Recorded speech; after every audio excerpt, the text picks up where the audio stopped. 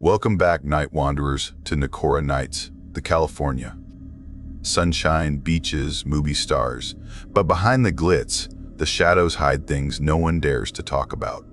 Tonight, we're exposing 10 true California horror stories, real encounters that will make you question every quiet street, every abandoned highway, every empty house, doors that open on their own, figures watching from the darkness, encounters so chilling, even the police couldn't explain them.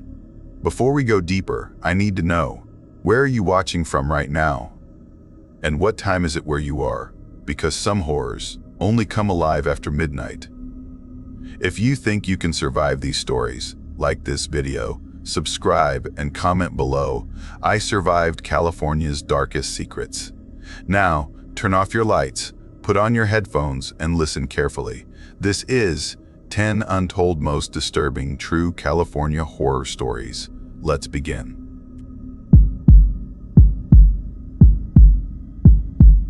It started the summer I turned 23.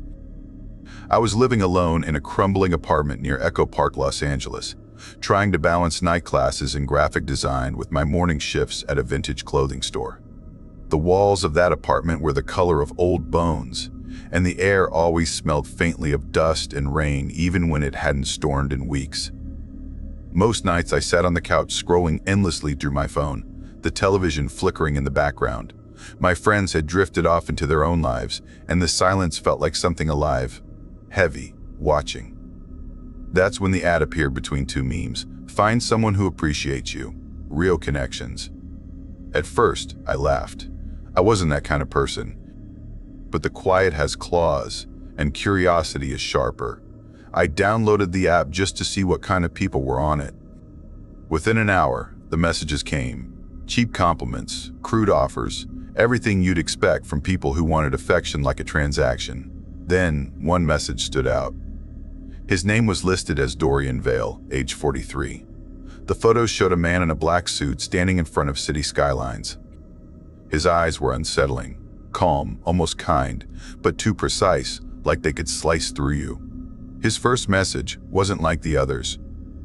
Loneliness is heavier when you pretend it isn't there. I know what that feels like. I should have scrolled past, but something about it felt too personal, like he'd been waiting for me to read it. We started talking. He said he worked in real estate, that he traveled often, that his house overlooked the hills near Silver Lake. He didn't send inappropriate messages, didn't rush anything. He asked about my art, my favorite places to think. What scared me most about being alone. Every night I told myself I'd stop responding, but I never did. His words filled the spaces in my apartment that had gone silent. After 3 weeks, he asked to meet. Dinner at a small French restaurant downtown, his treat. I hesitated. My mother's voice echoed in my head. Never trust a man who offers too much, too fast. But he promised it would be public, safe, and that he'd even cover the Uber. I didn't tell anyone. Not my mother in Pasadena, not my friend Carmen, not even my sister who called me every Sunday. I told myself it was just dinner. The Uber dropped me off outside a tall building glowing with warm light. The air smelled like rain on concrete. Inside, everything was gold and quiet. People whispered instead of spoke, like sound itself was expensive. Reservation? The hostess asked.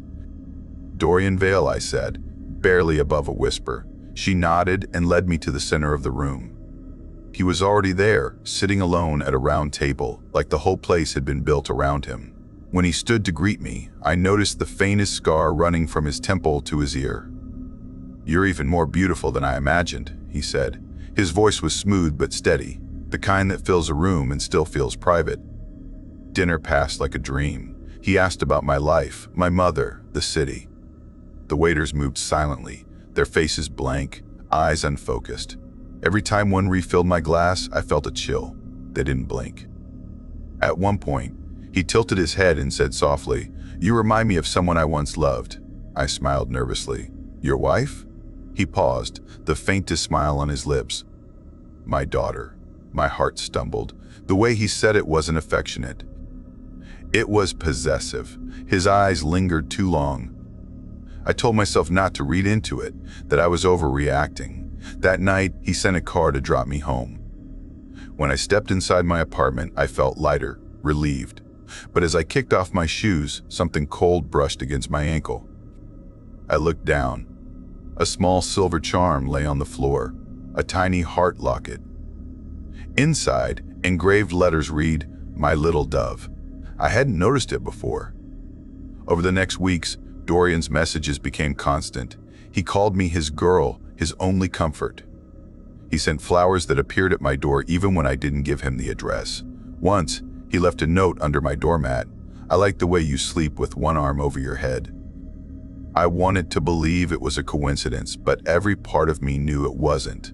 When I tried to stop replying, the tone of his texts shifted. Guilt, manipulation, then silence, the kind that hums before thunder. Finally, one message came. "Come to dinner. You'll understand everything."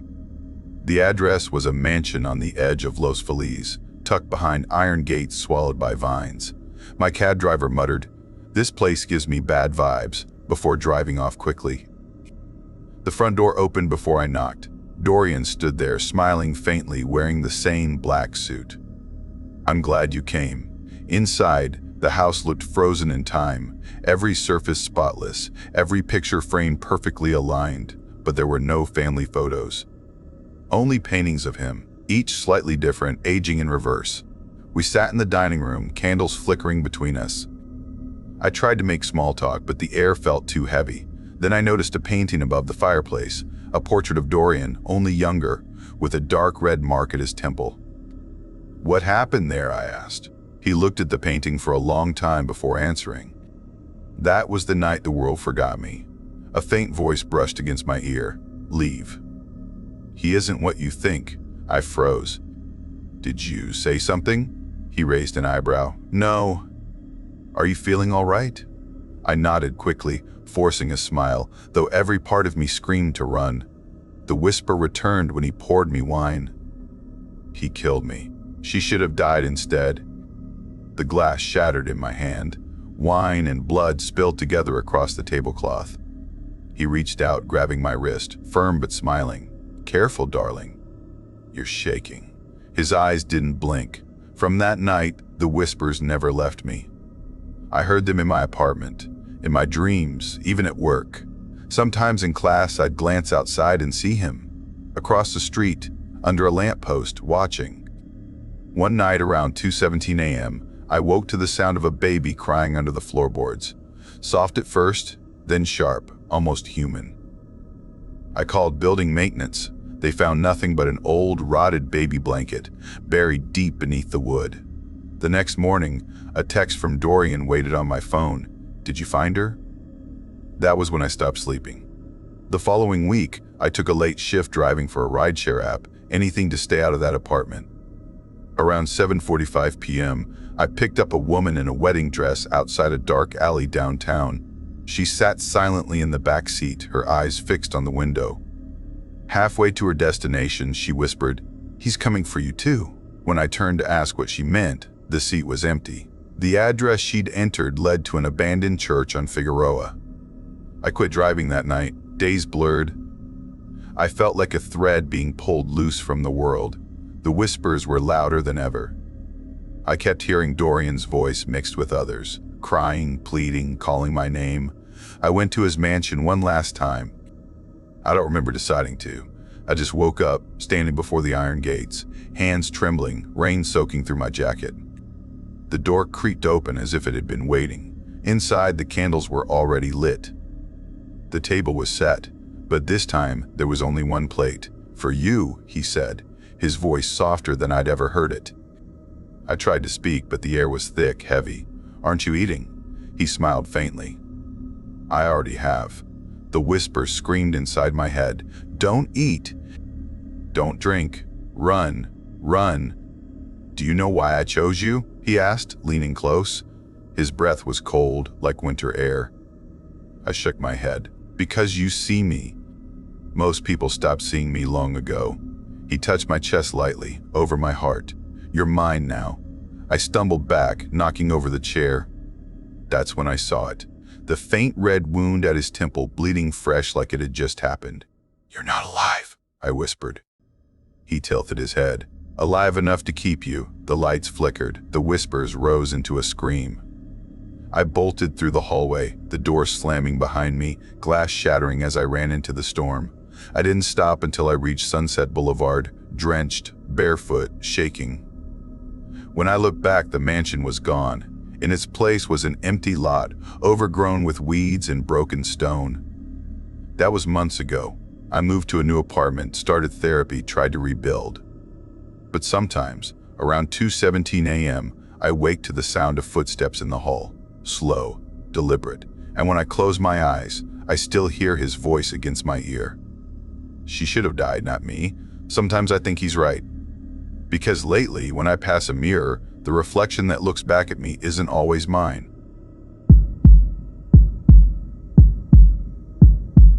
My name is Nora Blake, and I live alone in a small apartment near the Mission District of San Francisco. I'm 32 years old, and I work as a freelance voice editor for audiobook narrations. It's quiet, underpaid work, but it lets me stay home, tucked away behind my laptop with my cat, Piper, curled beside me.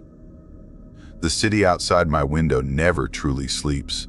Sirens echo down narrow streets, fog drapes the rooftops like a shroud, and cable cars clatter past, their bells cutting through the night air like ghosts that refuse to rest. I wasn't always this lonely. But people disappear in this city, sometimes literally, sometimes just from your life. My friends married, moved away, or buried themselves in careers. And me? I stayed. Editing stories that weren't mine, pretending I was fine. That's when I did something I swore I'd never do again. I re-downloaded a dating app. I'd deleted them all years ago after one too many bad experiences. A man who showed up drunk, another who cried about his ex over appetizers, one who ghosted me mid-conversation after I mentioned I didn't like hiking. But the quiet has teeth, and sometimes it bites hard. I thought maybe, just maybe, I'd meet someone who didn't feel like a walking disappointment. That's when I matched with him. Adrian Vale. His profile wasn't like the others. No shirtless selfies. No tacky captions. Just a few clean photos, one of him in a dark suit at a restaurant, another walking a sleek black dog along Ocean Beach, and one where he sat in a dimly lit study, half his face shadowed, his eyes unreadable. There was something magnetic about that stillness, that quiet power. His first message came within a minute. "You have the kind of eyes that make people forget what they were about to say. I should have ignored it." "But loneliness is persuasive," I replied, and soon we were talking. Or rather, I was talking. He was polite, brief, measured. Every word from him felt deliberate, like he thought through it before sending. It was strange, but comforting in a way, like he was trying not to say the wrong thing. After a few days, he asked me to dinner. No pressure, just dinner and good conversation. I hesitated, then agreed. He chose a restaurant called the Silver Lantern, a new place near the Embarcadero, the kind of place with no prices on the menu. When I arrived, something felt off. The street was unusually empty. Fog pressed against the windows like pale hands. Inside, it was quiet. Too quiet. Too quiet. The hostess greeted me by name before I even said anything. "This way, Miss Blake. Mr. Vale is expecting you." How did he know my last name? I followed her into a dining room that was completely empty except for one table in the center. Adrian sat there, motionless, a glass of red wine untouched before him. He looked exactly like his photos. Tall, dark hair brushed back neatly, a face that seemed carved rather than born. His eyes were piercing, intelligent, and almost too still. "Nora," he said in a low, calm voice, "you're even lovelier in person." My cheeks warmed. "This place is beautiful," I said, glancing around. "But kind of empty." He smiled faintly. "I prefer privacy when I eat." That line lingered in my mind. The servers moved quietly around us, never making eye contact. Their movements were mechanical, almost rehearsed. One poured my water, then drifted away like a ghost. I tried to make small talk. About the fog, the city, the sound of cable cars clanging in the distance, but Adrian mostly listened. His face didn't change, No smiles, no frowns, nothing, just quiet attention. Finally, I laughed nervously. "You're making me feel like I'm being studied." "You are," he said softly. "You fascinate me." It wasn't flirtatious. It was analytical. Like he was examining a rare object. We finished dinner in silence. He paid in cash, crisp, folded bills that looked brand new. When I asked where he worked, he said something vague about consulting. When I asked where he lived, he said by the ocean. Outside, fog rolled thick over the street. He walked me to my car. I don't know why I did it. Maybe it was curiosity, maybe loneliness, maybe something else. But I asked, "Do you want to come up for a bit?"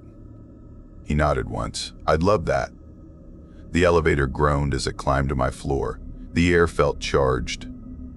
Inside my apartment, Piper hissed from under the couch the moment Adrian stepped in. I'd never seen her react that way. He asked softly, "Could we turn the lights off? I prefer the dark." Something in me hesitated, but I did it anyway. In the dim glow of the streetlight leaking through the blinds, his face looked carved from marble. Perfect, but wrong. He touched my cheek. His hand was cold. Not like cold skin, but cold metal underskin. Still, I didn't pull away. What happened next was a blur of breath and warmth and a heartbeat that didn't seem to match mine. I fell asleep in his arms, though sleep felt more like falling into silence than rest. I woke at 2:17 a.m. The fog outside had thickened, swallowing the city lights. But what woke me wasn't the silence. It was the creaking, footsteps. Slow, deliberate, crossing the floor of my living room. I turned to Adrian. He was motionless. His eyes were open, but he wasn't blinking. "Adrian?" He didn't move. Then the doorknob turned. The door cracked open, and a narrow beam of light cut through the dark. Someone was standing there. It was my neighbor, Mr. Keller, a retired cable car driver who lived down the hall. He was holding a flashlight, and something metallic glinted in his other hand, a knife. Before I could speak, he lunged. Adrian sprang up. The two collided, crashing into the dresser, shattering a lamp.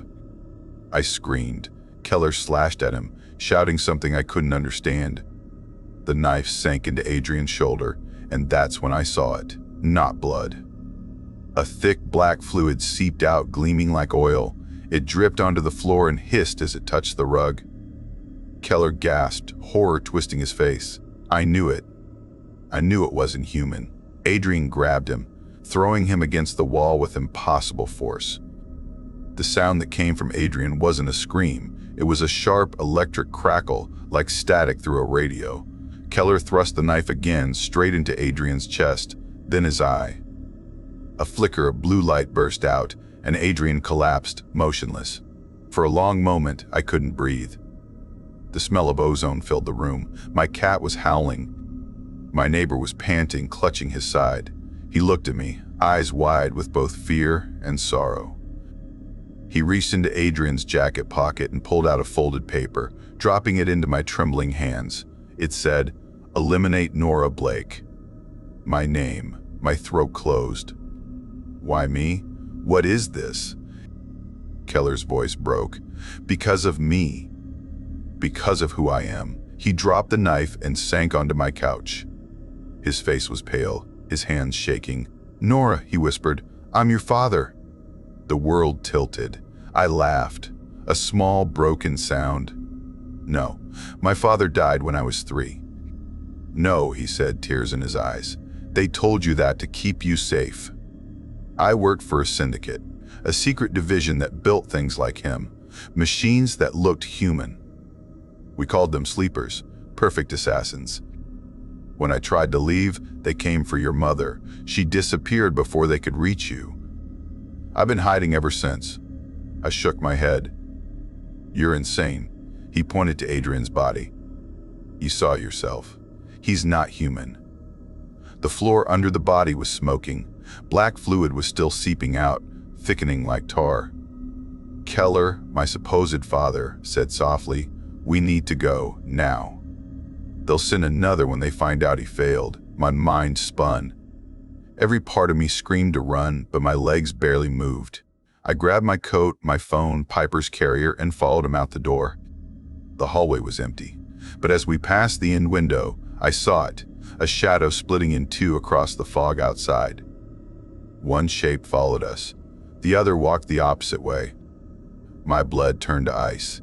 "Dad," I whispered, "do you see that?" He didn't answer. He just gripped my wrist tighter. "Don't look back." We reached his car, an old dented sedan that smelled like smoke and coffee. He drove fast, the city blurring by, the fog swallowing everything behind us. Streetlights flickered. The cable car lines overhead hummed, as if alive.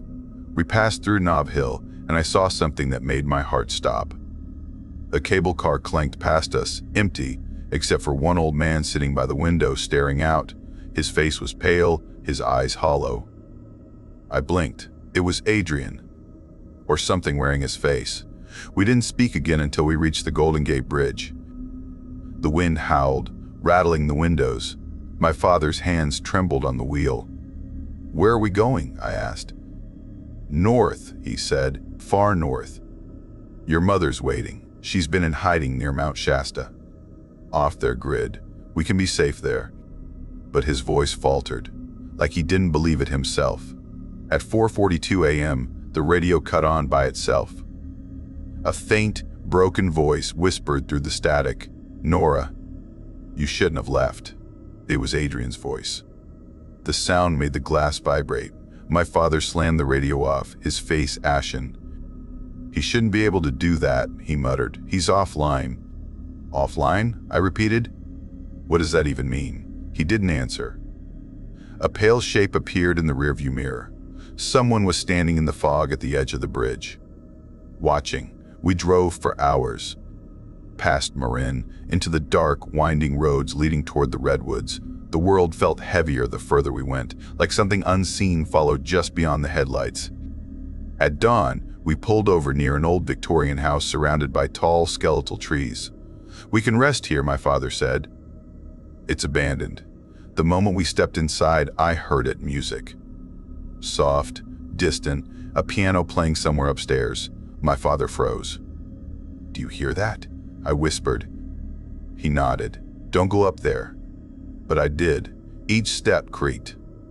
The piano grew louder, slow, haunting, deliberate. When I reached the top, the room was empty. The piano keys pressed down on their own, one by one, though no one sat there. The window beside it was cracked open, and cold wind howled through. I saw something outside, a faint figure falling, vanishing into the fog below. My father appeared behind me. His face was pale. This was one of our old testing sites," he said quietly. "They used to calibrate their sensory responses here. The boy who played this piano was one of the first prototypes. He didn't survive." I stared at the keys as they slowed, one final note echoing in the silence. "They remember?" I whispered. "They always remember," he said. That night, I couldn't sleep. Every sound in that old house felt alive. The walls pulsed. The fog outside the window shifted like it had breath. At 2:59 a.m., I heard a soft voice from the dark. "Nora, you left me." I turned. Adrian stood in the doorway. His suit was torn, his eyes burned faint blue, and his voice glitched like a broken speaker. I screamed. My father rushed in, gun in hand, firing. Adrian staggered but didn't fall. He reached out, wires sparking from his hand. "You were the last name on the list," he said. "They wanted to see if you could love something not alive." He lunged. My father fired again. This time, the shot hit the side of his head. The light in his eyes dimmed. He fell, hard, into the piano. The keys thundered out one last broken melody. Smoke rose. The house groaned. We ran. Outside, dawn broke weakly through the fog. We've been running ever since. Every few nights I hear static in the dark.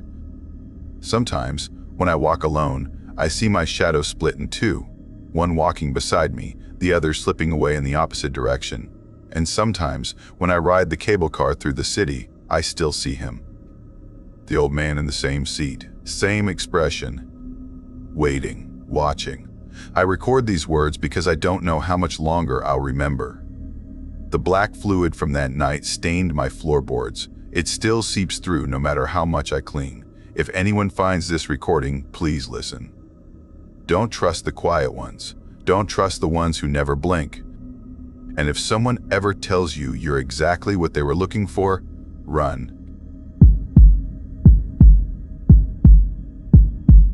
I always believed loneliness couldn't kill you. But that was before I moved to San Diego. Before I learned that silence can whisper, that screens can lie, and that sometimes the kindest smile hides something rotten beneath. My name is Naomi Clark, and I was never the kind of woman who stood out. Growing up, I felt like I was always one step behind everyone else. My body was round where others were straight, soft where magazines said I should be sharp. The mirror was my biggest enemy, and every reflection felt like a quiet accusation. My father left when I was 9. My mother worked 2 jobs and spoke love like a soldier giving orders, harsh, necessary, and without warmth. I learned early that if I couldn't be admired, I could at least disappear. By 26, I had perfected invisibility. I worked as a night shift copy editor for a travel magazine in downtown San Diego. The job was lonely but quiet, the kind of place where the hum of computers replaced human voices. Every night after work, I walked along the harbor, past the Navy ships docked near Coronado, their lights blinking in the fog like sleepy eyes. My apartment sat a few blocks from Pacific Beach, small and dim, with walls thin enough to hear the ocean breathing. It should have felt peaceful, but at night, the emptiness pressed down on me like a weight. I filled it with words. On anonymous forums, I wrote stories about love, not the kind that happens in movies, but the kind that makes invisible women feel seen. My readers loved me, though none of them knew my name or my face. That strange kind of attention became my drug. But when I closed my laptop, I was alone again. Nights stretched long. My phone's glow was the only light that touched my skin. I told myself I didn't need love, that I had my words, my stories, my little world. But sometimes, when I scrolled through endless feeds of happy couples and filtered smiles, something inside me ached, a deep, hollow wanting I tried to silence. That's when the ad appeared. It was a banner on one of my writing sites, a dating app promising connection without judgment. It was called Heartsight. I laughed when I first saw it, but the ad kept reappearing every night. Maybe the algorithm knew my weakness better than I did. Maybe it sensed the loneliness I refused to name. One night, half asleep and half desperate, I signed up. No photo, just a vague description. Writer, quiet soul, seeking honesty. My profile floated unseen in a sea of faces. For weeks, I never messaged anyone. I just scrolled. There were lawyers, surfers, engineers, older men with silver hair and smiles that looked rehearsed. I didn't belong there. I knew it. Then, one night at 2:17 a.m., my phone chimed. A message. The name on the screen read, Miles Barrett. It said only one word, hi. I nearly dropped my phone. Nobody ever messaged me. I clicked his profile with shaking hands. Miles was handsome, the kind of handsome that felt cinematic. Dark hair, quiet smile, a trace of stubble that looked effortless. His bio said he was 34, a consultant living near La Jolla. It also said something strange, looking for someone who still believes words mean something. I stared at that line for a long time before replying. Hey. Almost instantly, another message came. How are you tonight, beautiful? My heart stuttered. Beautiful. He couldn't even see me. My photo was blank. You don't even know what I look like, I typed. His reply came fast. I believe beauty hides in plain sight. Some people just don't look closely enough. That line stayed with me. No one had ever spoken to me that way. For 2 weeks, we talked every day. Morning, night, sometimes until dawn, we spoke about music, about the way the ocean sounded different at night, about childhood regrets and half-forgotten dreams. He never asked for a picture. Somehow, that made me trust him even more. He said my words made him feel alive again. He called me his muse. For the first time in years, I felt visible. Then, one Thursday night, his message came. Let's meet. Tomorrow night, dinner at the Blue Lantern. 7:45 p.m. I froze. My stomach turned to ice. I typed, "I'm not sure I'm what you're expecting." He replied, "You're exactly what I've been waiting for." The next day was chaos. I tried on every piece of clothing I owned. Nothing looked right. I finally settled on a soft navy dress and pulled my hair back. I stared at myself in the mirror for a long time, trying to find what he might see in me. As I stepped out, my neighbor was sitting in his usual spot by the stairs, Mr. Holloway. He'd moved in a month ago. Retired Navy officer, quiet, gray-bearded, with eyes that looked too sharp for his age. He always sat outside at night, facing my door like a sentry. Sometimes, I thought I saw him watching me through the blinds. He spoke as I passed. "Going somewhere, Miss Clark?" I forced a smile. "Just dinner.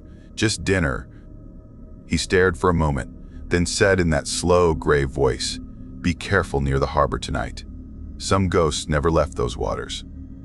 I laughed nervously and kept walking. The blue lantern sat on the edge of the bay, its windows glowing against the fog. Inside, soft music played and candles flickered. I found a corner table and waited, heart thundering. Then I saw him. Miles looked exactly like his photos. Tall, composed, smile warm but deliberate. When he reached me, he said softly, "You must be my muse. Dinner was..." Perfect. He listened when I spoke, asked about my writing, laughed at my clumsy jokes. He touched my hand once, and I felt a spark of something I didn't recognize. Hope, maybe. Still, a faint unease lingered. His phone buzzed several times, but he never answered. His eyes kept glancing at the window. And once, when I excused myself to the restroom, I swore I saw him slip something small into his jacket pocket. A flash of metal, gone too quickly to be sure. After dinner, he offered to drive me home. I hesitated. He smiled that calm, practiced smile. "I just want to make sure you're safe." His car smelled of leather and salt. We drove in silence for a while, the city lights fading behind us. Then he turned down a road I didn't recognize. "I think you missed the turn," I said softly. "Don't worry," he replied. Shortcut. Something inside me tightened. My phone buzzed. A new message. From an unknown number. "Don't trust him. Get out. Holloway." My breath caught. I looked at Miles. His jaw was clenched, knuckles wide on the wheel. "Actually, can you stop here?" I said, forcing calm. "I promised to meet a friend nearby." He didn't slow down. "We're almost there," he murmured. Fear crawled up my spine. I gripped the handle. "Stop the car," I said louder. He turned to me then, his face shadowed. "Don't you trust me, Naomi?" The way he said my name, it wasn't gentle anymore. It was ownership. At the next stoplight, I didn't think. I just moved. I slammed the door open, stumbled onto the asphalt, and rolled onto the curb. My knee split open. The car screeched, then sped off into the night. When I finally made it home, every window in my apartment was dark, except one. Mr. Holloway sat outside, eyes fixed on me. "Told you to be careful," he said quietly. I didn't ask how he knew. I didn't want to. That night, I deleted the app. Every message, every file, I couldn't sleep. My heart still beat in the rhythm of tires on asphalt. Around 3:33 a.m., I woke suddenly. The room was dark, except for the faint blue glow of my phone on the nightstand. A whisper brushed against my ear, low, deliberate, and cold. "Stand down, Lieutenant. He's gone." My blood froze. I turned slowly, but no one was there. Only the faint creak of the floorboards, like someone walking just beneath me. I sat still, barely breathing. Then I remembered Holloway had been in the Navy. The next morning, I went to his apartment. The door was slightly open. Inside, dust floated through the still air. The furniture was covered, untouched. A newspaper on the counter read, August 12, 1998. He'd been dead for over 20 years. I left the building that same day. I didn't pack much, just clothes and my notebook. I moved inland, away from the coast, away from the fog that whispered. But sometimes, late at night, I still feel it. Footsteps under my floorboards, soft and steady. A rhythm that matches my heartbeat. And sometimes, when I scroll through my phone in the dark, a message appears at the top of the screen from a contact that shouldn't exist. Hi, beautiful. My name is Clara Monroe, 27 years old, a high school English teacher in Sacramento. I'd been living alone for 2 years in a tiny studio near the river where the walls were thin and the air always smelled faintly of dust and rain. Life wasn't glamorous, but it was quiet, too quiet sometimes. Teaching had once been my dream, but lately, every lesson felt mechanical. I'd smile, correct essays, repeat phrases about symbolism and poetry, then walk home through the foggy streets, wondering when I'd stopped feeling anything at all. My rent kept climbing, my car barely started in the mornings, and my bank account always trembled near zero. That's how it began, with exhaustion, not evil. One Friday night, after a particularly long parent-teacher meeting, I sat on my old sofa scrolling through my cracked phone. My colleagues were posting vacation pictures, fancy dinners, weekend trips to Napa. I ate cold noodles from a paper bowl. My reflection in the dark TV screen looked older than I remembered. That's when I stumbled onto a forum by accident, one where people talked about sugar arrangements. I'd heard about them before, mostly as jokes or rumors whispered in staff lounges. Some girls said it wasn't even about anything intimate, just companionship, someone to talk to, someone willing to help. The phrase, "lonely people pay for company," hit something inside me. That night, against all logic, I signed up on a site called Golden Companions. My profile was simple. Young teacher, funny, intelligent, enjoys good conversation, seeking mentorship and connection. I added a single photo taken at a school event, the lighting soft enough to blur my tired eyes. By the next morning, I had dozens of messages. Most were exactly what I feared, crude offers, men who didn't even bother pretending to be polite. But one message stood out. His username was Mr. Harland. His message said, "You seem like someone worth knowing. I'm not after games or nonsense, just dinner, conversation, and some company. I can make things easier for you financially if it feels right. No pressure." It was calm, controlled, too normal. His profile picture showed a man in his 50s, gray suit, neatly trimmed beard, sitting at what looked like a hotel bar. His smile didn't look fake, it looked practiced. His bio read, consultant, divorced, Sacramento native. I should have ignored it, but something about him seemed safe, predictable. We agreed to meet at a busy cafe near the university the next afternoon. I remember walking there, heart pounding like I was about to take an exam I hadn't studied for. When I saw him sitting by the window, tall, tailored, looking like he belonged in another world, I almost turned back. But he stood up and smiled warmly, extending his hand. "Clara," he said, "thank you for meeting me." He wasn't creepy. He didn't stare too long. He asked about my students, my favorite books, my life in Sacramento. He spoke with ease, like someone used to controlling a room without ever raising his voice. After an hour, he said softly, "I'd like to see you again. I can help with expenses if you'd like to spend time together, dinners, walks, maybe weekends when you're free." My throat went dry. That kind of money would pay half my rent. I heard myself say, "That sounds fine." For the first month, everything was smooth. He took me to high-end restaurants, always public, always polite. He transferred money each week like clockwork. No demands, no pressure. Just quiet dinners and small gifts. But something beneath his calmness began to show. Once, when I laughed at a waiter's joke, I caught him watching me, not with affection, but with analysis, like he was memorizing every gesture, every breath. Another time, he asked if my coworkers knew about him. I said no. He smiled, satisfied, as if secrecy itself was intimacy. The first real alarm came one morning when I mentioned, offhand, that I might move closer to the school. The next day, he texted me a link to an apartment listing, the exact one I'd looked at online days earlier but never mentioned aloud. When I asked how he knew, he replied, "You must have told me. I remember things." I didn't remember saying it. By the third month, his tone had shifted. He called more often, texted constantly. If I didn't respond within minutes, messages multiplied. "Are you busy? Who are you with?" "Why aren't you answering?" He said he only wanted to keep me safe. Once, after a late staff meeting, I stepped out of school and froze. His car was parked across the street. He smiled like it was coincidence. "Just making sure you got home okay," he said. I laughed nervously, pretending it didn't scare me. But that night, I locked my windows for the first time. Weeks passed, and I kept pretending it was normal, that maybe he was just protective, just lonely.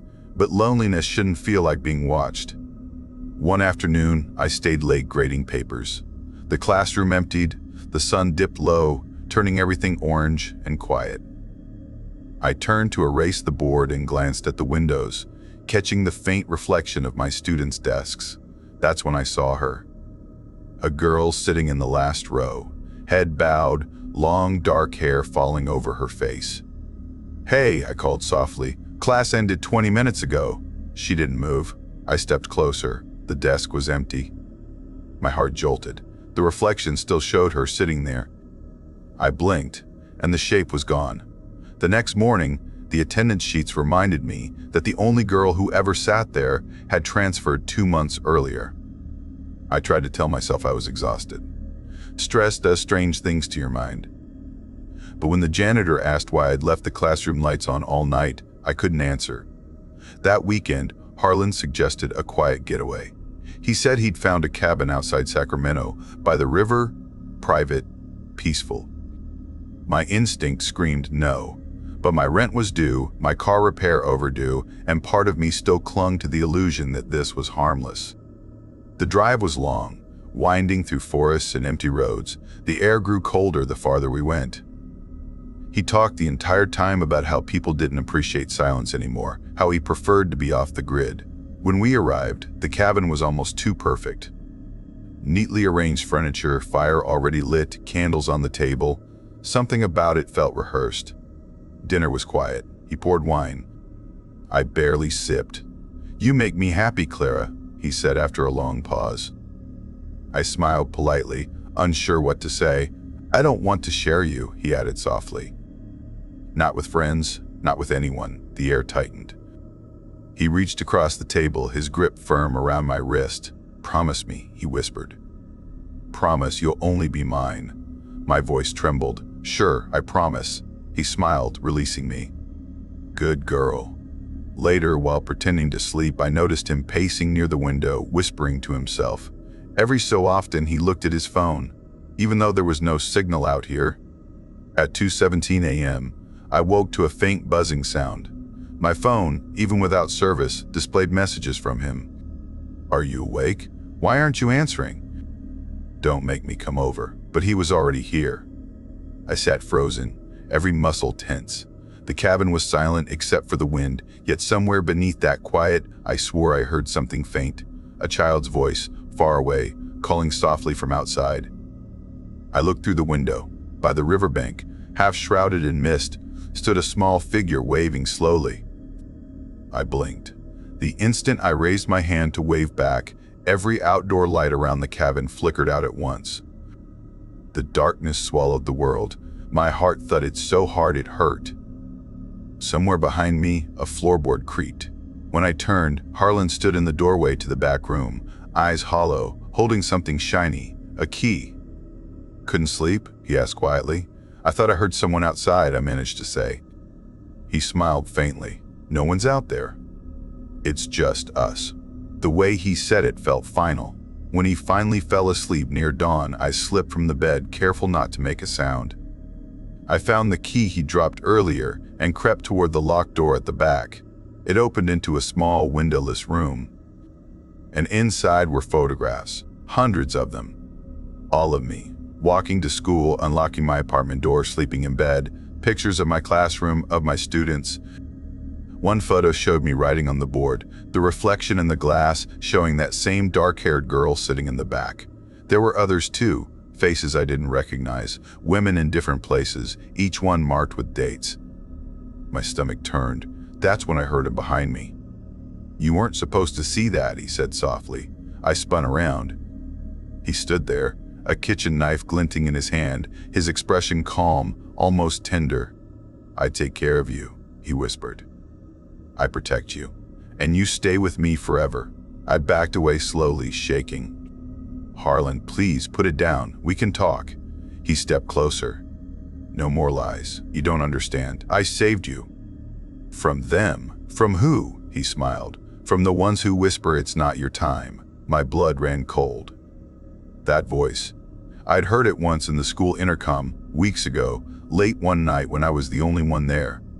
The system had been unplugged for maintenance, yet a faint whisper had said, "It's not your time, Clara." Now it made sense. Somehow he'd been watching me long before we met. Adrenaline took over.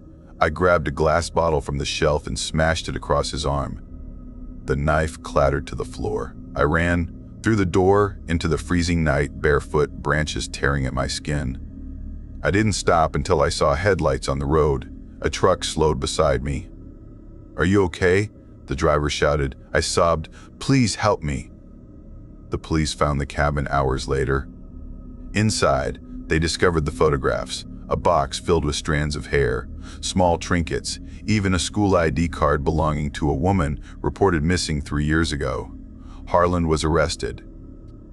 I moved apartments, changed my phone, deleted every account I'd made.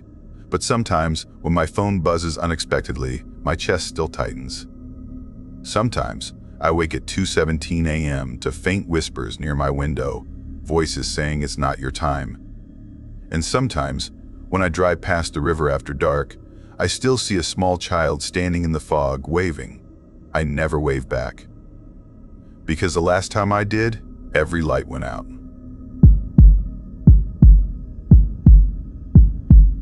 I never thought the decision to earn a little extra money would drag me so close to death.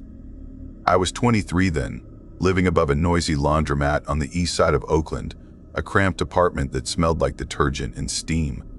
The sound of machines turning at all hours was the background to my life. I had just finished college with a degree that nobody wanted to hire me for, and the part-time job I had as a night security assistant at the shipping port barely covered my rent. My parents lived 3 towns away, the kind of simple people who believed that good effort always leads to good luck. They didn't know that luck costs money in cities like this. I used to sit by my small window and watch people outside, wondering how they afforded things. Fancy clothes, cars, vacations. Meanwhile, I lived off instant noodles and secondhand clothes. Every day felt like drowning quietly.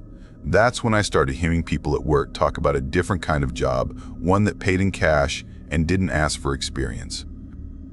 They whispered about websites where young women could meet older men who offered support, companionship, or gifts.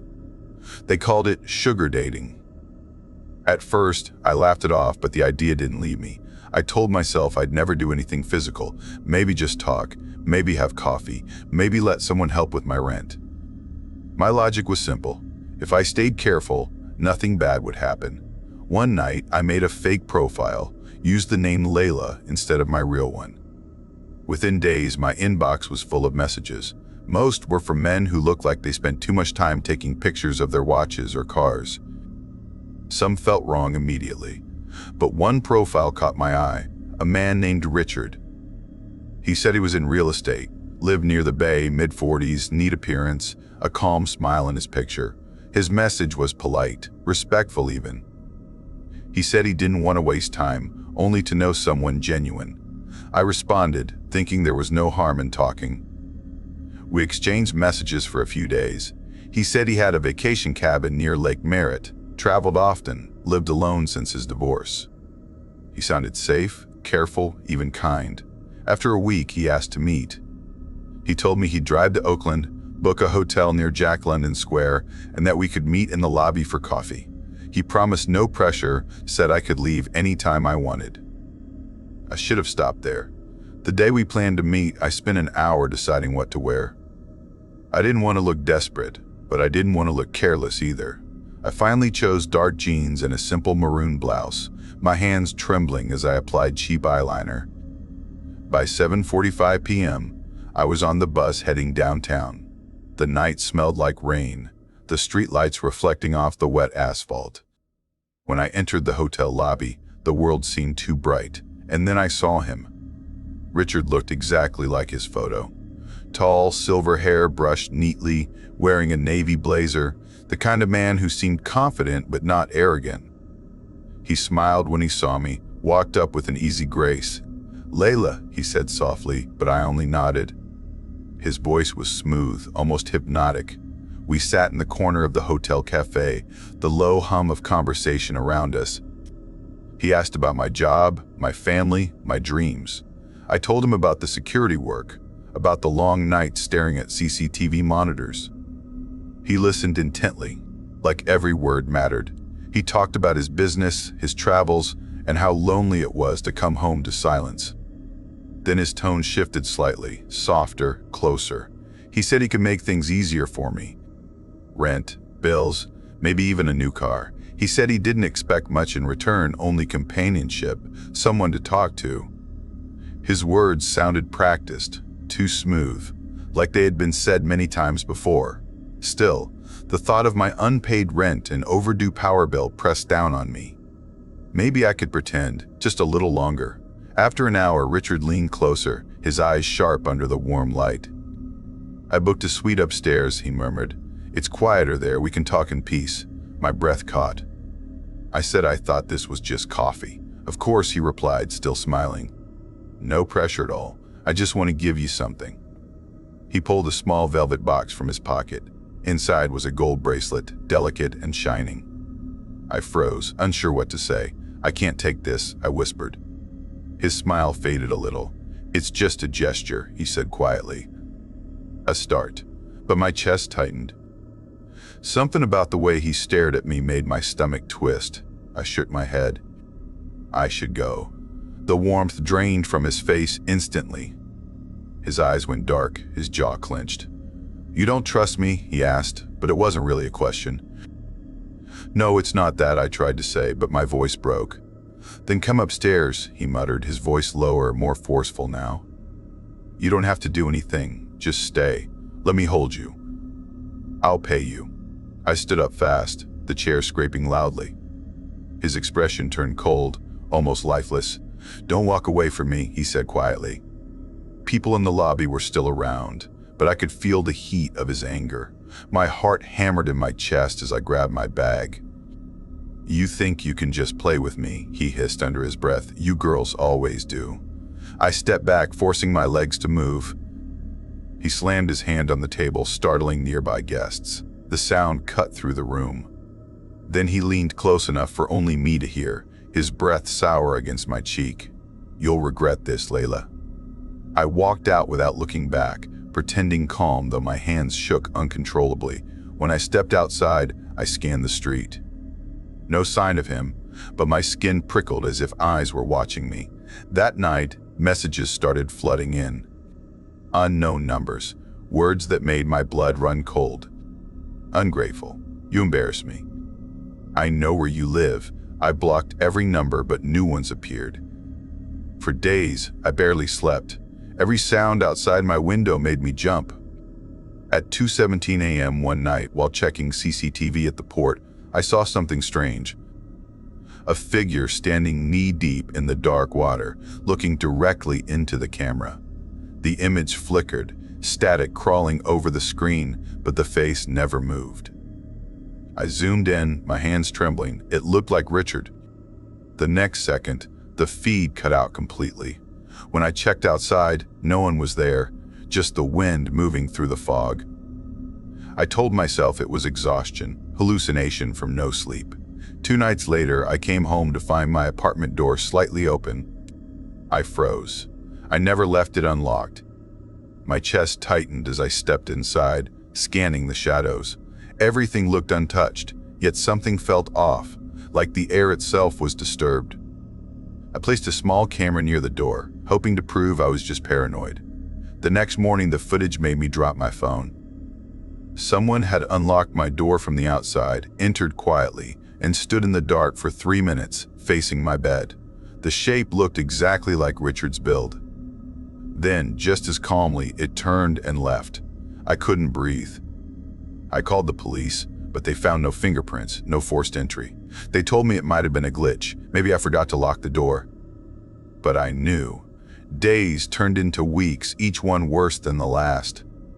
I started seeing a black SUV parked near my building. Sometimes it was empty, sometimes a silhouette sat behind the wheel, unmoving. I started taking longer routes to work, changing my shifts, avoiding the hotel area. Yet every time I looked over my shoulder, I felt him there. One morning, walking to work before sunrise, I noticed a new mural painted on the wall across the port. A huge piece showing people standing near the docks, their faces blurred. I passed it daily without thinking, until one day I realized something impossible. The faces had changed. Now, one of them looked exactly like mine, and another, standing behind it, had Richard's unmistakable eyes staring directly outward. I backed away, heart thundering, the paint on the wall almost pulsing in the dim light. Later that night, while checking CCTV again, the same man appeared in the feed, waist deep in the water, his face clear this time. Smiling, the monitors flickered. One by one, every screen turned to static.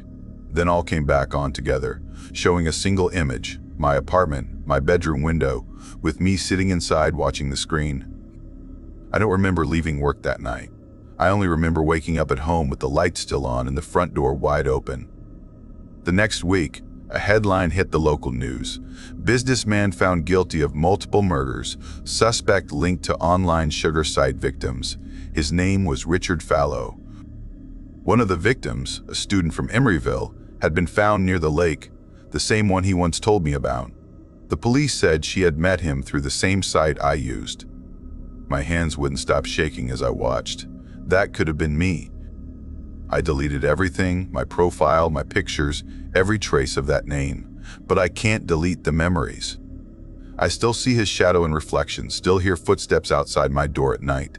Sometimes, when I review the night shift cameras, the same figure still appears near the dark water, standing motionless, watching. The supervisors say it's just a glare, a glitch from the floodlights, but I know better. And sometimes, when I walk past that mural, I swear my painted eyes blink back. I try not to look. Because deep down, I know he never really left. He's still out there, waiting for someone else to take the bait, to follow the same path I did, one message at a time. And if you ever feel someone watching you from the corner of a dark street, or see your door slightly open when you're sure you locked it, maybe it's him, still looking for the girl who got away.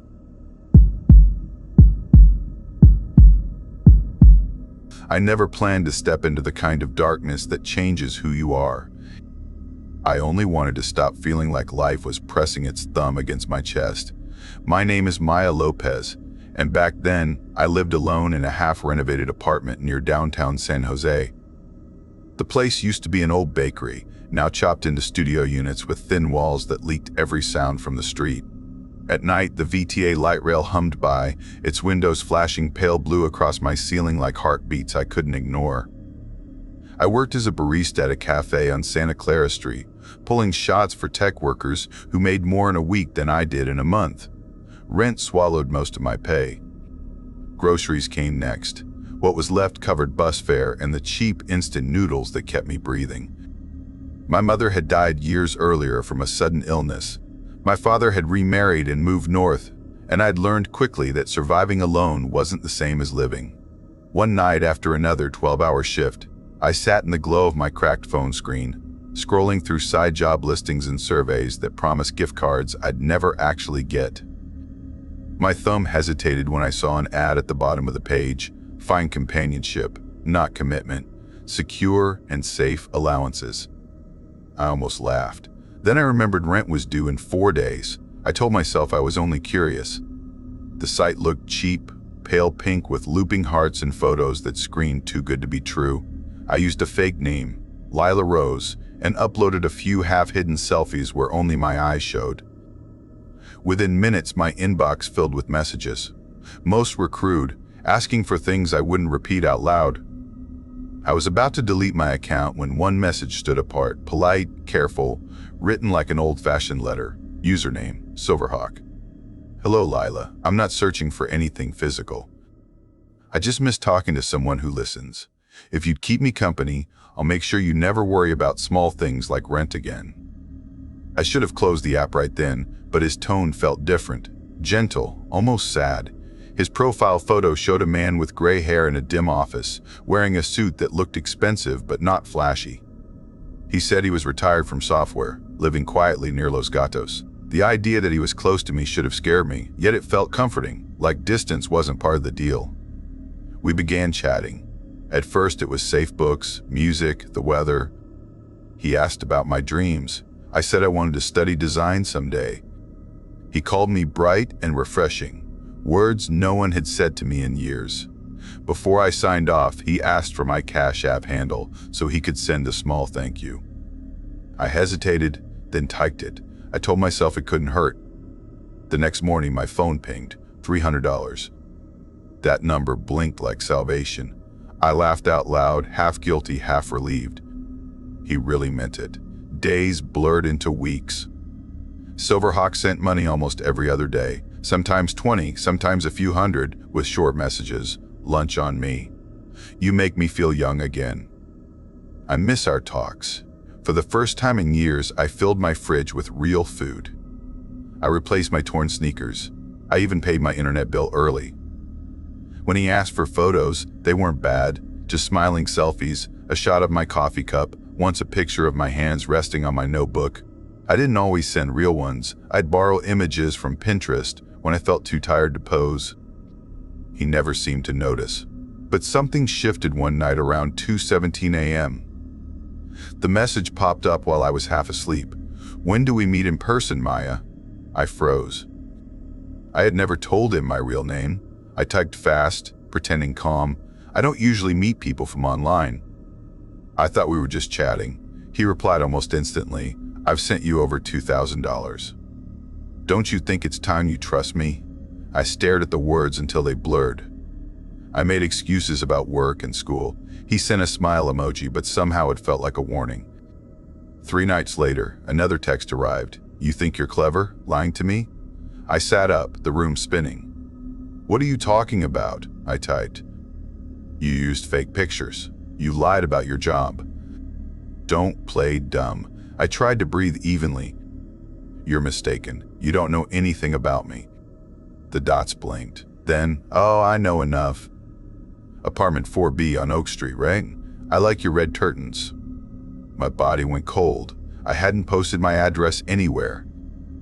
I rushed to the window, tugged the curtains closed, then called my friend Sasha, the only person who knew about Silverhawk. Her voice cracked with fear. Block him. Delete everything. Change your number, now. I did. I deleted the app, blocked his profile, even changed my SIM card the next morning. For a moment, the silence felt like peace. That lasted 2 days. At 7:45 p.m., while closing the cafe, I got a new text from an unknown number. Blocking me doesn't erase what's already ours. My heart thudded so loudly I could barely hear the espresso machine hiss. I left early, checking over my shoulder all the way home. That night, every sound in the building made me flinch. The hum of the fridge, the neighbor's TV, the faint whir of the VTA train outside. Then came the message, nice pajamas. You shouldn't leave your window open. I moved through my apartment, checking every lock twice. The street lights flickered through the blinds. Across the road, a black sedan sat idling. Inside, a small glow, someone smoking. Watching. The police brushed it off when I called. They said online threats were hard to trace, promised to patrol the block, and told me to avoid contact. But how do you avoid someone you can't see? The next days folded into each other. At the cafe, I'd catch flashes in the reflection of the espresso machine shapes that disappeared when I turned. On the VTA ride home, I started noticing a girl sitting by the door every night, her hands in her lap, eyes full of tears that never fell. She wore a school jacket, her hair sticking to her cheeks. Nobody else reacted to her. Once, when I whispered, "Are you okay?" an old man beside me frowned and asked, "Who are you talking to?" The seat beside me was empty. I stopped taking the train after that. Sleep abandoned me. Around 3 in the morning, I'd hear faint tapping behind the bathroom mirror, like fingernails against glass. One evening, I bought a new mirror from a flea market downtown, thinking I'd replace the old one and start fresh. The vendor, a woman with cloudy eyes, warned me it belonged to her late mother. I smiled politely and left with it anyway. That night, as I brushed my teeth, I saw something that froze me mid-motion. In the mirror behind my reflection stood another figure, faint and gray, wearing a long floral dress, the same pattern my mother used to wear before she died. When I turned around, the room was empty. When I looked back, the figure was gone, but a soft whisper hung in the air. "Why didn't you listen?" The next morning, I found an envelope taped to my door. Inside was a printed page filled with random code lines, as if from a computer program. At the bottom, in neat bold text, it read, "Maya Lopez, 10/2/22, 222.5. That was today's date. I didn't own a printer. I didn't know anyone who wrote code. I ran to my neighbor, Jared, who worked night shifts as a janitor at a tech office nearby. He frowned at the page. "That's strange," he said, showing me his own pocket full of similar papers he'd been finding around the office, each ending with his name and the exact day he picked it up. He laughed nervously, said it was some intern's prank, but I saw the tremor in his hands. That night, he didn't show up for work, and nobody's seen him since. Everything spiraled after that. My lights flickered whenever I used my phone. Messages appeared on the screen without notifications. "You owe me one real meeting. I can see you breathing. Check your mirror." I smashed the mirror, glass scattering across the floor. Beneath the shards lay a single business card, Silverhawk Investments, with an address in an industrial park near the train line. For 2 days, I debated going. Every instinct screamed not to, but fear and anger tangled together until curiosity won. I needed it to stop. On a foggy Thursday evening, I took the VTA toward that address.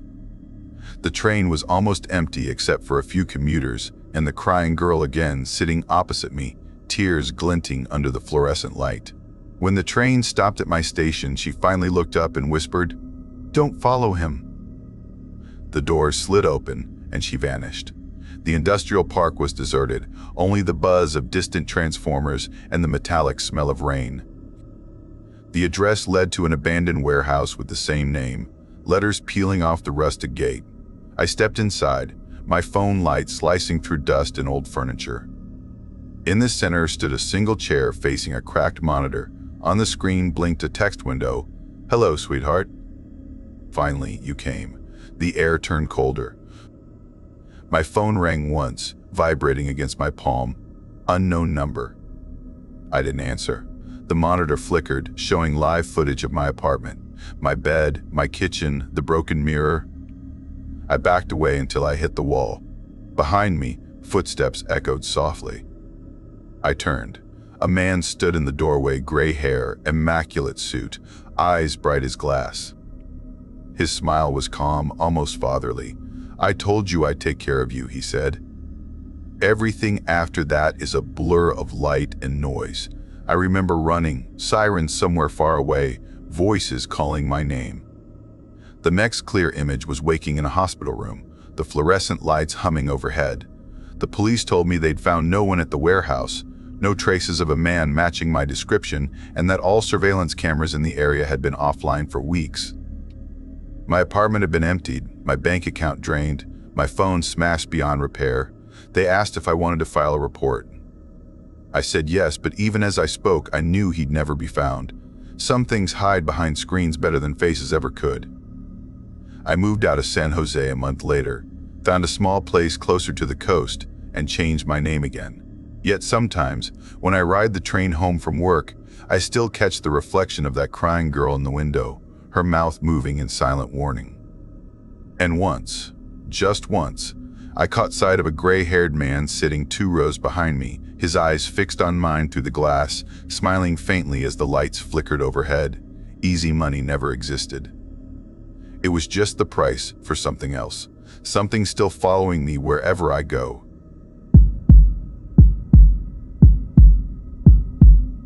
I was 24 when it happened, and even now, years later, I still hear the echoes of that night in my dreams.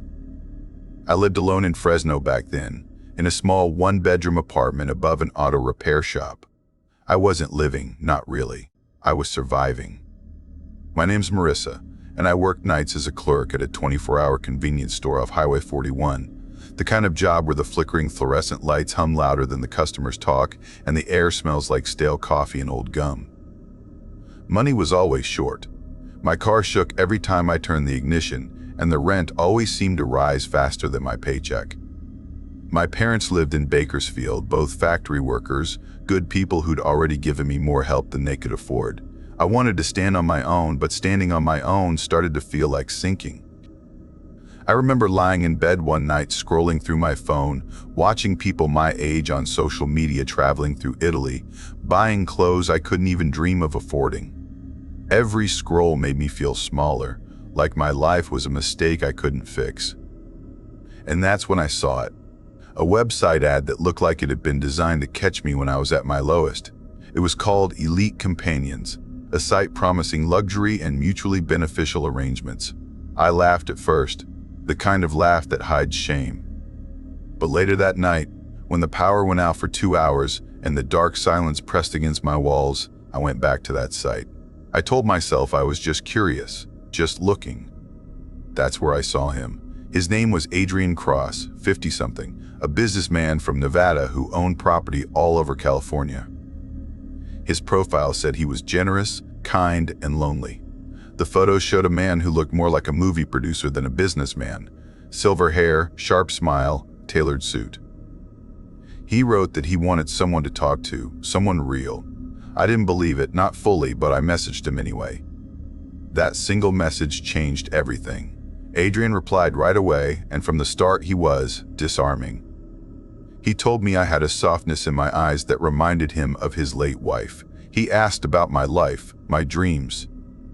He never made me feel dirty or desperate, just seen. For weeks, we texted and called. He sent me small gifts, a delicate bracelet, a perfume that smelled like warm vanilla and cedar. Each package made me feel guilty, but also alive. Then, one evening around 7:45 p.m., he asked me if I'd join him for a weekend getaway. He said he had a ranch outside Fresno, near the edge of an old walnut farm he was restoring. He promised good food, peace, and safety. He even offered to send a driver for me. I should have said no. But when I looked at the cracked ceiling above my bed that night, I imagined silence, freedom, and sunlight that didn't smell like gasoline. I said yes. The car arrived that Friday, a sleek black sedan with tinted windows. The driver never spoke, just nodded when I asked how long the trip would be. As we drove, the city lights faded and endless fields replaced them. The night was still, the kind that presses on your chest. By the time we reached the ranch, it was close to 11:32 p.m. The gate creaked open, revealing a wide expanse of dark trees and a massive farmhouse lit only by a porch lantern. I stepped out, expecting Adrian to greet me, but instead, an older woman appeared. Her skin was pale, her smile empty. She said he was resting, and that I could make myself comfortable inside. The house smelled of lavender and something else, something metallic, like rust or old blood. I told myself it was my imagination. Upstairs, my room was already prepared, silk sheets, fresh flowers, and a note on the pillow that said, "Welcome home." Home. The word felt wrong. I barely slept that night. Around 2:17 a.m., I woke to a sound outside the window, a low whisper carried by the wind. It sounded almost like someone saying my name. I sat up, heart pounding, and leaned closer to the glass. That's when I heard it clearly. "Come outside." It wasn't just any voice. It was my own. I froze. The whisper came again, soft and urgent. "Come outside." The fields beyond the house rippled in the wind like a dark ocean. I wanted to run, but I told myself it was a dream, a trick of exhaustion. I covered my ears and waited for morning. When the sun finally rose, I tried to laugh it off. Adrian greeted me in the kitchen, smiling, dressed in a perfectly pressed shirt. His voice was calm, practiced. He spoke about the property, about wanting someone to share it with. He made me coffee and told me he had a surprise for me that night, a few friends coming over for dinner. The day passed slow. I walked the property, but something about it felt wrong. The ground was uneven in places, like it had been dug up and filled again. The fences were lined with decaying bird cages. Every so often, I thought I heard faint humming from the barn, like a heartbeat. By dusk, I was too unsettled to hide it. I told Adrian I wanted to leave, but his smile didn't falter. He simply said, "Don't worry, Marissa. The night hasn't even begun." Dinner was set in a long dining hall lit by candlelight. 3 older men sat waiting when I entered. Their faces were pale, eyes watery, and smiles too wide. One of them looked me up and down with a hunger that made my skin crawl. Adrian's tone changed. It wasn't soft anymore, it was cold. He said they were his associates, that they wanted to enjoy my company. When one of them reached for my arm, I pulled away. The room went still. Adrian's smile cracked. I saw, for the first time, that his teeth were wrong. Too white, too perfect, like porcelain. I stumbled backward, knocking over a glass of red wine that spilled across the table like blood. That's when I heard it again. The heartbeat. Thudding from beneath the floor. Slow, steady, human. The other men didn't react, like they couldn't hear it. I dropped to my knees and pressed my ear against the hardwood. The sound pulsed beneath me. A heartbeat. I whispered, "Someone's down there." Adrian leaned down, his voice a whisper against my ear. "Not someone," he said, "something." I bolted. The candle flames flickered as I ran down the hall, my feet pounding the wood in rhythm with the heartbeat below. I found the front door locked, the windows sealed. I screamed for help, but the woman from before appeared at the end of the hallway, smiling with dead eyes. I ran upstairs, grabbed my bag, and broke through a second-floor window, landing hard in the dirt below. My knees scraped, my lungs burned, but I didn't stop. I sprinted toward the line of trees that bordered the property. Behind me, I heard them calling, not shouting, whispering, all in my voice. I reached a small road where an old pickup truck slowed beside me. A man in his 60s leaned out and told me to get in. I did, shaking, crying, unable to speak. He said he was a farmer from nearby fields. When I tried to explain what happened, he went quiet. Then, in the dim light of the dashboard, I saw his face pale. He said he'd heard a woman's voice whispering from those same fields for weeks, calling his name, saying, "Come outside." He'd thought it was his imagination too. He dropped me off at a motel off Highway 99. I paid him with the last 20 in my pocket and checked in. The room smelled of bleach and loneliness. I tried to convince myself it was over. But around 3:12 a.m., as I lay on the bed staring at the ceiling, I heard something faint, a rhythm, thump, thump, thump, thump, like a slow heartbeat under the mattress. My body went cold. I pressed my hand against the sheet. It was warm beneath me, pulsing. I ran to the front desk, babbling about what I'd heard, but the clerk just stared and said I was the second person this month to say that. I left before dawn, driving home barefoot because my shoes were soaked from the night before. I thought it was done, but when I reached my car in the apartment parking lot, something stopped me. On the windshield sat a small child's shoe, pale pink, wet with mud. Every night since then, a shoe appears on my windshield, always the same one. Sometimes it's dry, sometimes damp, but always there when I wake up. I moved cities, changed numbers, deleted everything connected to Adrian. But I still dream of that ranch, that heartbeat, and that whisper calling me from the fields. And sometimes, just before I wake, I hear it again in my own voice. "Come outside."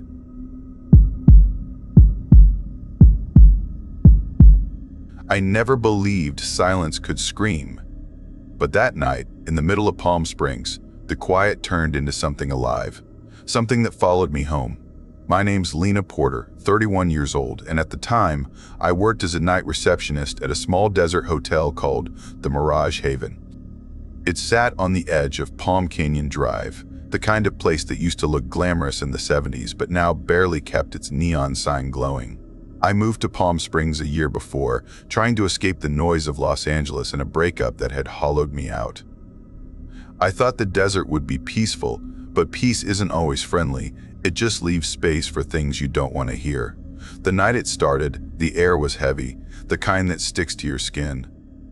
It was 11:42 p.m., and I was behind the counter scrolling through old check-in records when a man walked in.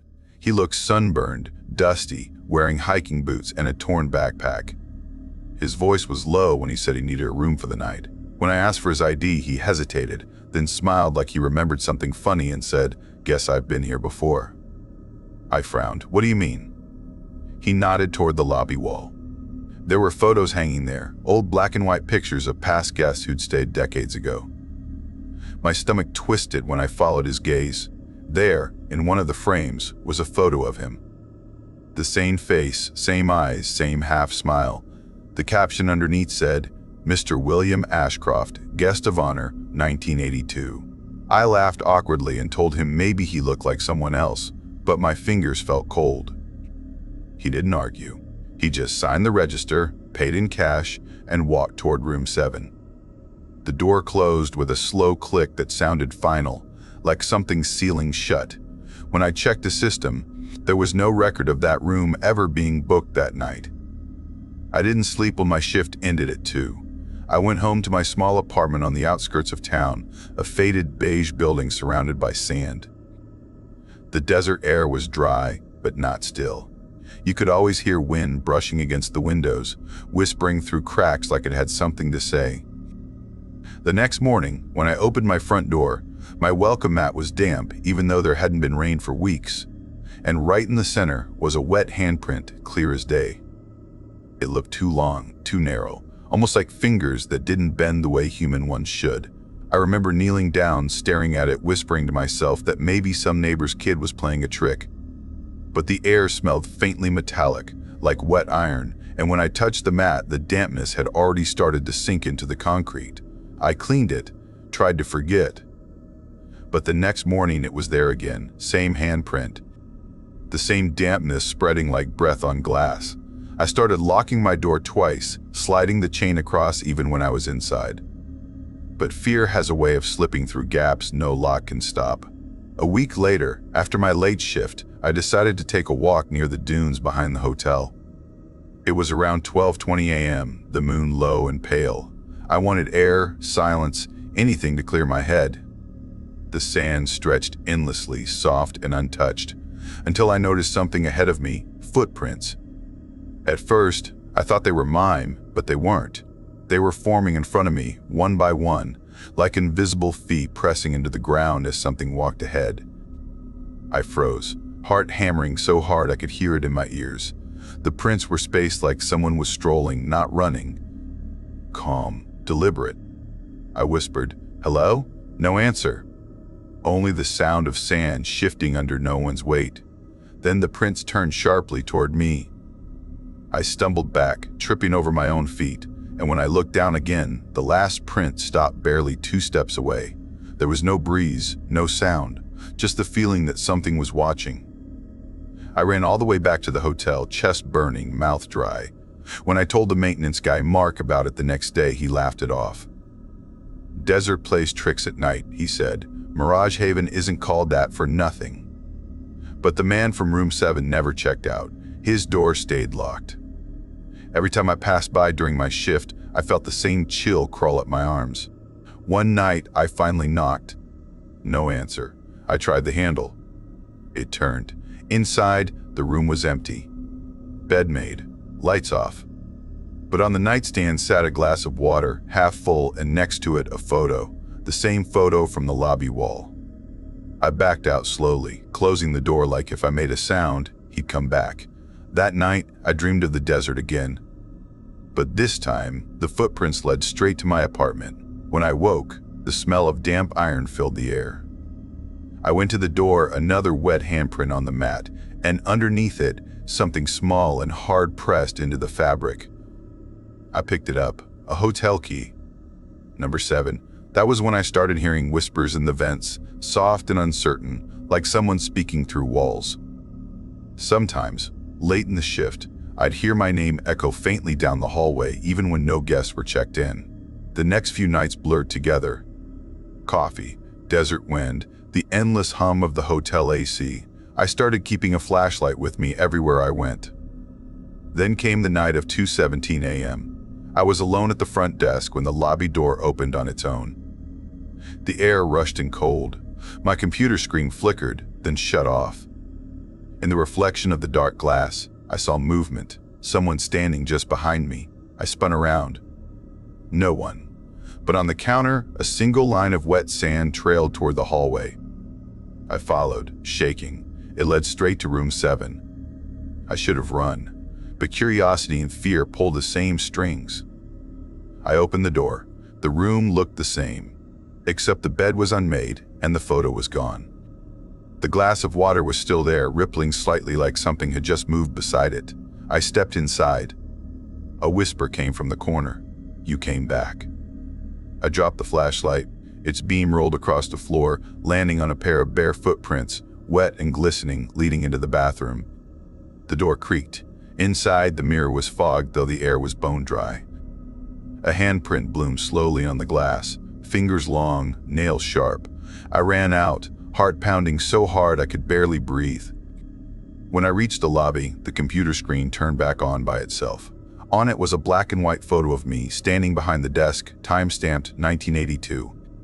I quit the next morning, packed everything I owned and drove across the desert. But fear travels faster than cars. Every place I've stayed since then, no matter the city, I wake up sometimes and find the mat outside my door wet again, the same handprint pressed deep. And last night, at 7:45 p.m., my phone buzzed with a new email. No sender. Just one line. "Welcome back, Lena."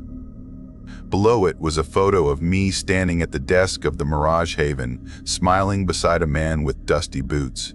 The caption said, "Guest of Honor 2025. Now I'm sitting here in a motel off the highway, trying to tell this story into my recorder. My voice shakes, but I need someone to hear it before it happens again. Maybe I was never new there. Maybe none of us are. The desert keeps what it likes, and tonight, I think it's coming to collect.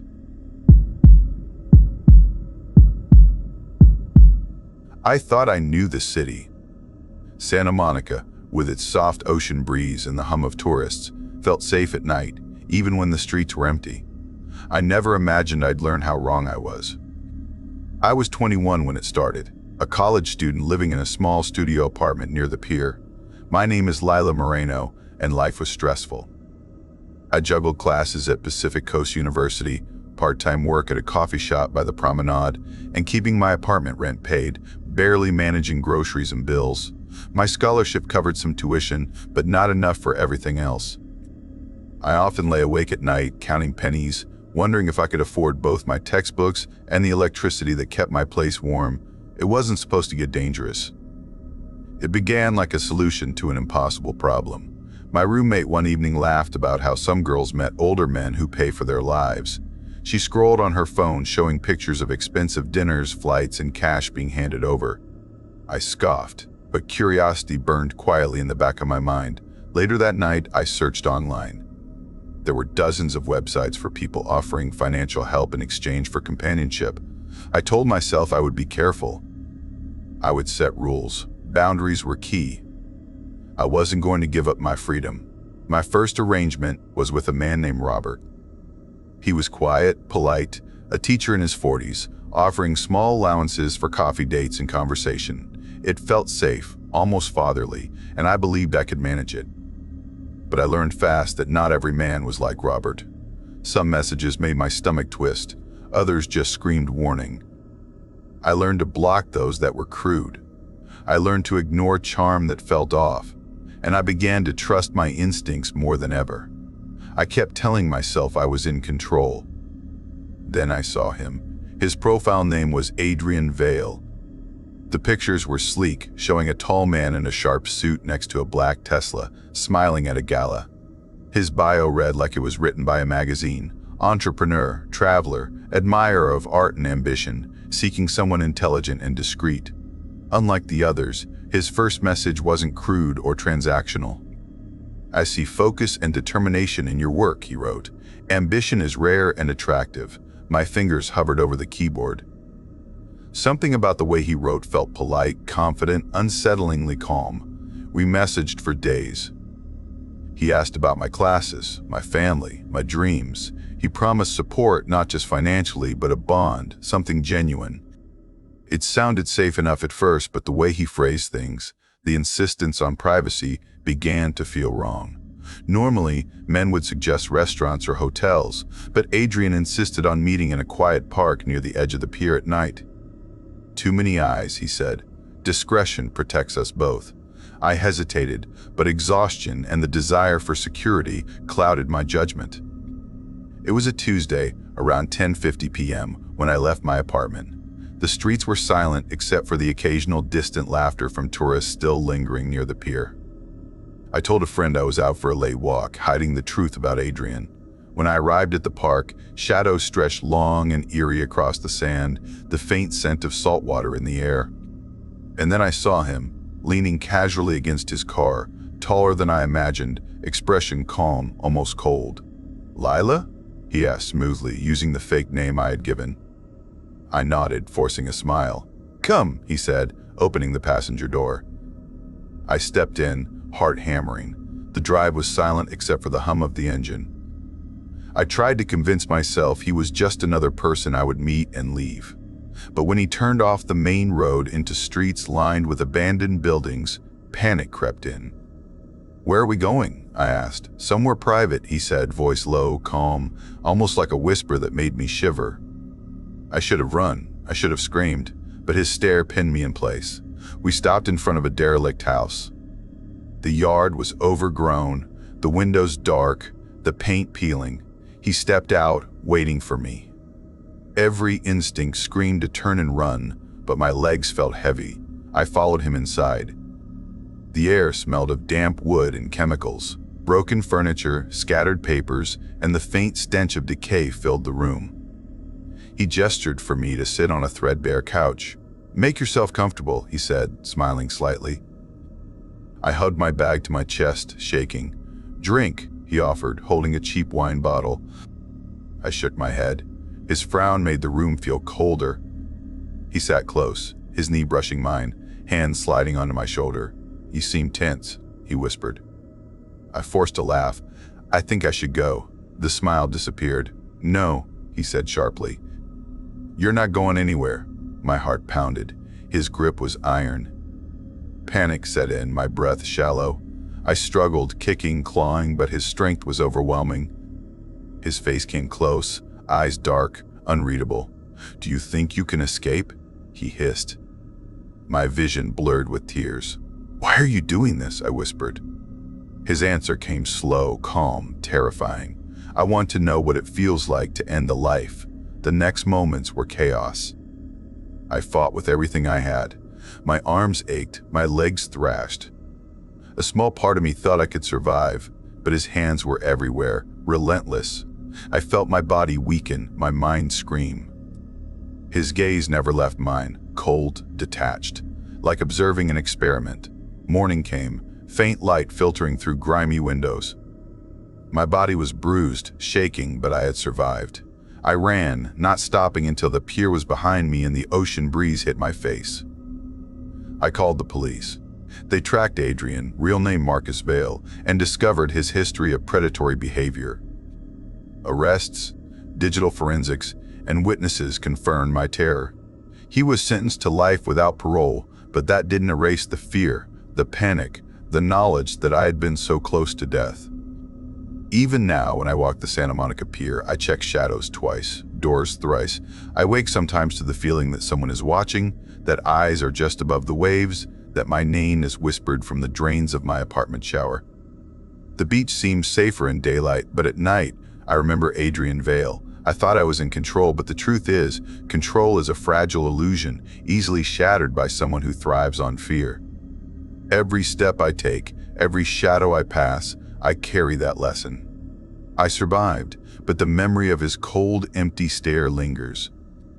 The ocean hums its lullaby, and I sometimes hear whispers I don't want to hear. I have learned to live with fear, to recognize it, to respect it. But I can never forget how quickly safety became horror, and how one wrong choice almost ended my life on a quiet Santa Monica night.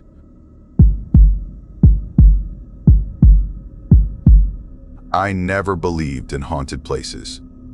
I believed in bad timing, bad people, and worse luck, but not curses.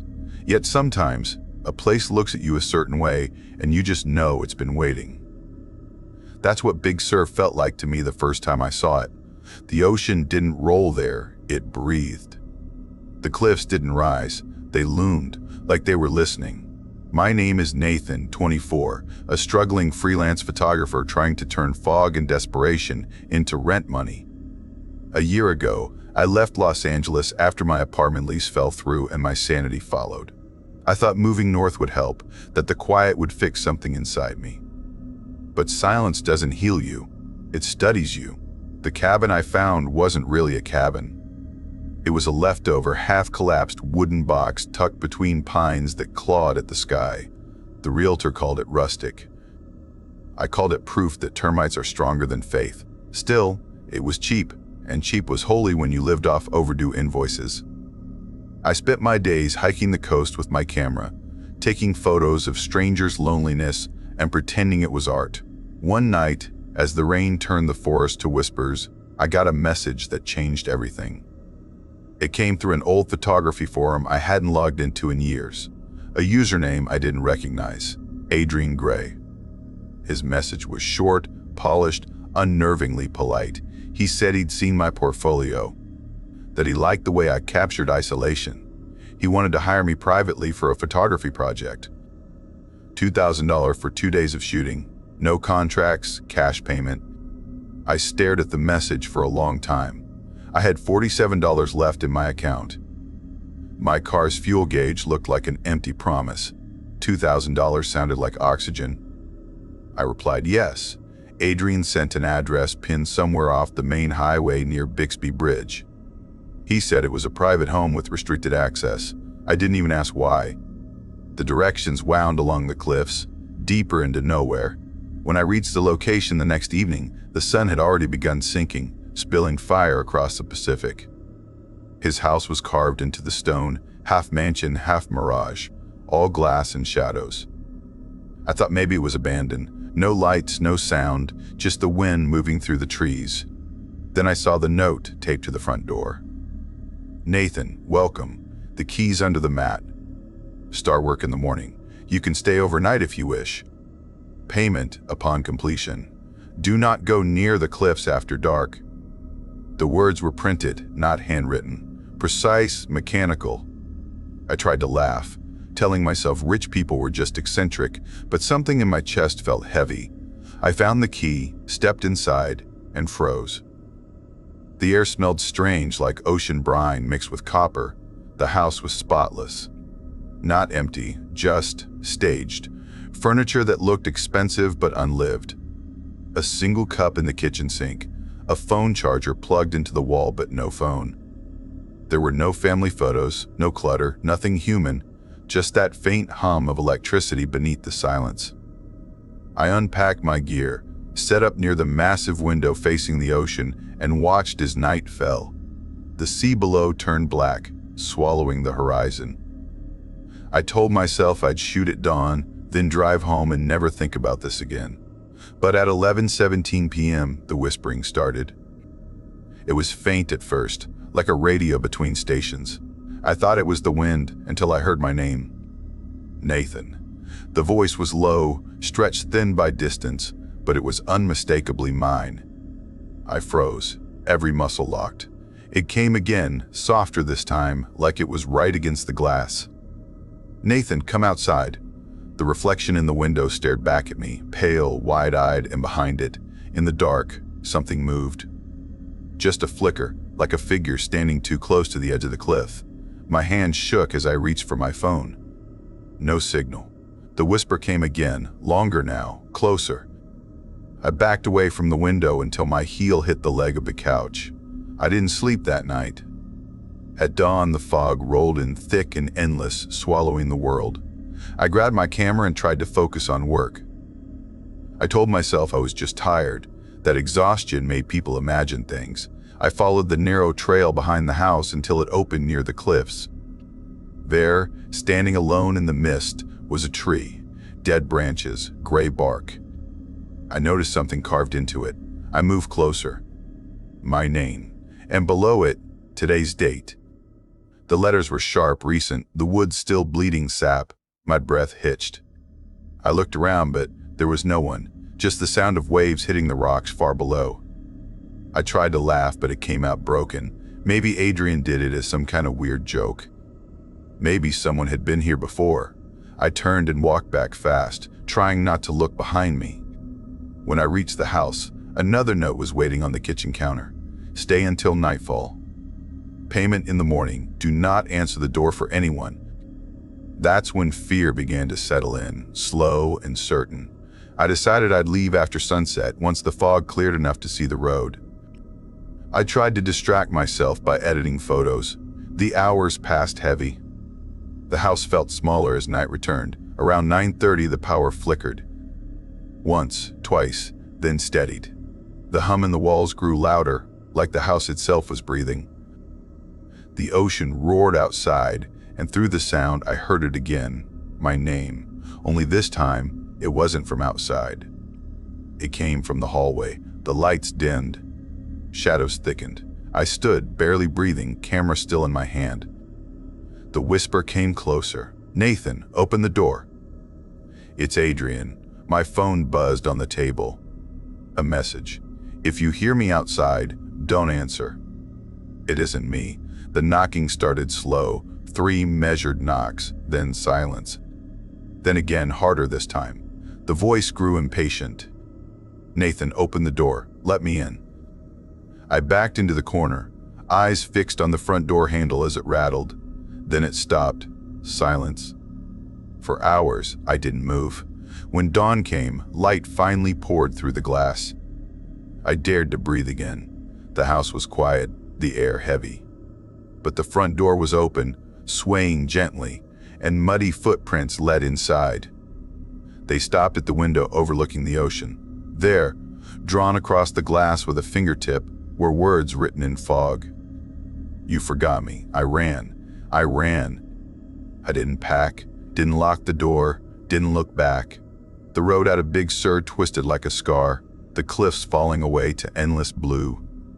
By the time I reached my cabin hours later, my body shook so hard I could barely hold my keys. I kept telling myself it was over, that I'd escaped. Then the email arrived. No sender name, no subject line. Just one attachment, a photo I'd taken near the carved tree, only now there was a figure standing beside it. It looked exactly like me. That night I couldn't sleep. Every sound felt wrong, the wind scratching the windows, the waves crashing too close. I went outside just to prove to myself the world was still normal. That's when I saw them, footprints. Human footprints leading from my porch down toward the beach. Bare feet, deep impressions in the wet sand. I followed them until they reached the waterline, and stopped. No return tracks. I stared until the tide washed them away, then ran back inside. Days blurred after that. I stopped checking my email. I turned off my phone. I boarded the windows and tried to forget. But the ocean never stopped talking. At night, I swore I heard whispers under the floorboards. Sometimes my reflection in the window lagged, smiling half a second too late. Then, one night at 3:19 a.m., the knocking came again. Soft, deliberate. Against the glass. "Nathan, open the door." "You left something behind." My phone buzzed on the table. A text from Adrian's number. "I'm not in California right now. Haven't been for weeks. Who is this?" I stared at the message until my vision blurred. Another buzz followed. This time from an unknown number. "Did you forget something?" Attached was a photo of me asleep in my bed, taken from the corner of the room. I turned every light on, heart pounding so hard it hurt. The cabin felt smaller by the second, shadows crawling up the walls. Then, from the TV in the corner, a sound. Static. I hadn't turned it on. The static grew louder, the pattern shifting until shapes began forming in the screen's glow. For a moment, I thought I saw my face. But older, colder, smiling. I grabbed my bag and ran into the night. The highway was empty. The fog was alive, swirling in shapes that almost looked like people. The ocean pulsed below like something breathing beneath the surface. I drove until I couldn't anymore. Until the gaslight blinked red and my hands ached from gripping the wheel. I slept in the car until morning. When I woke, the world felt different, too still. The air was heavy with salt and the faint sound of waves, though I was miles from the coast. My phone buzzed once more. A final message. Nathan, you left the door unlocked. Attached was a photo of the cliff house again.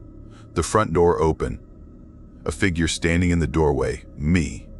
I don't know how much time passed after that. The days repeat. The fog never lifts. Sometimes I see him in reflections, me but not. His eyes too still, his smile too knowing. Once I drove back toward Big Sur hoping to prove it wasn't real, but the road ended at a landslide. Locals said the cliffside house had collapsed months ago during a storm, no survivors. They said no one named Adrian Gray ever owned property there. Now, every night, I hear waves outside, though my cabin sits miles inland. The air smells like salt and metal. The static hum never leaves the corners of the room. And sometimes, just before sleep, I hear my voice whispering from the dark, "Nathan, come outside."